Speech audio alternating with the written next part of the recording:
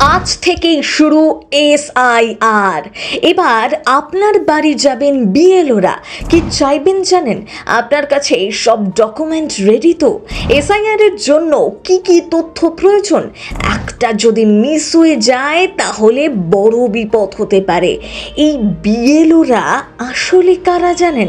Voter তালিকায় পরিবারের নাম নেই, নথিও নেই। কি করবেন এবার? কোন বাড়িতে কবে যাবেন বিএলওরা? কর্মসূত্রে আপনি কি বাইরে থাকেন? কেউ কেউ আবার আতঙ্কিত। নির্বাচন কমিশন জানাচ্ছে ভয় পাওয়ার কোনো কারণ নেই। এসআইআর নিয়ে এই জরুরি তথ্যগুলো জানলে আপনার চিন্তার আর কোনো কারণই থাকবে না। মঙ্গলবার থেকেই ভোটারদের বাড়ি বাড়ি গিয়ে এনিউমারেশন ফর্ম দেওয়ার কাজ শুরু। বুথ লেভেল অফিসার বা বিএলওদের সাথে এই কাজে থাকার কথা রয়েছে বুথ লেভেল এজেন্ট বা বিএলএদের। এই বিএলও আসলে কারা জানেন? বিএলও সেই আধিকারিক যার কাছে নির্দিষ্ট এলাকার সমস্ত ভোটার সম্পর্কে তথ্য থাকে। তিনি জানেন কে কোথায় থাকেন, কর্মসূত্রে বাইরে থাকেন কিনা। তাই বিএলও কোথাও কোনো এলাকায় যাওয়ার আগে আগাম সেখানে খবর পাঠিয়ে দেবেন। তারপরেও কেউ বা কোনো পরিবার খবর না পেলেও অসুবিধা নেই। বিএলও একবার নয়, প্রত্যেক এলাকায় প্রয়োজনে ৩-৪ বার যাবেন। ২০০২ সালে ভোটার তালিকায় নিজের বা পরিবারের কারোর নাম নেই।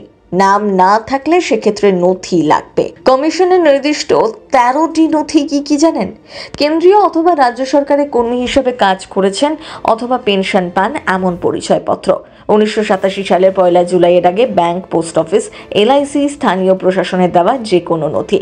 জন্ম শংসাপত্র, পাসপোর্ট, মাধ্যমিক বা তার অধিক কোনো শিক্ষাগত শংসাপত্র, রাজ্য সরকারের উপযুক্ত কর্তৃপক্ষের দেওয়া বাসস্থানের শংসাপত্র, ফরেস্ট রাইট সার্টিফিকেট লাগবে বা জাতিগত শংসাপত্র হলেও চলবে। কোনো নাগরিকের ন্যাশনাল রেজিস্ট্রারও কাজে আসবে।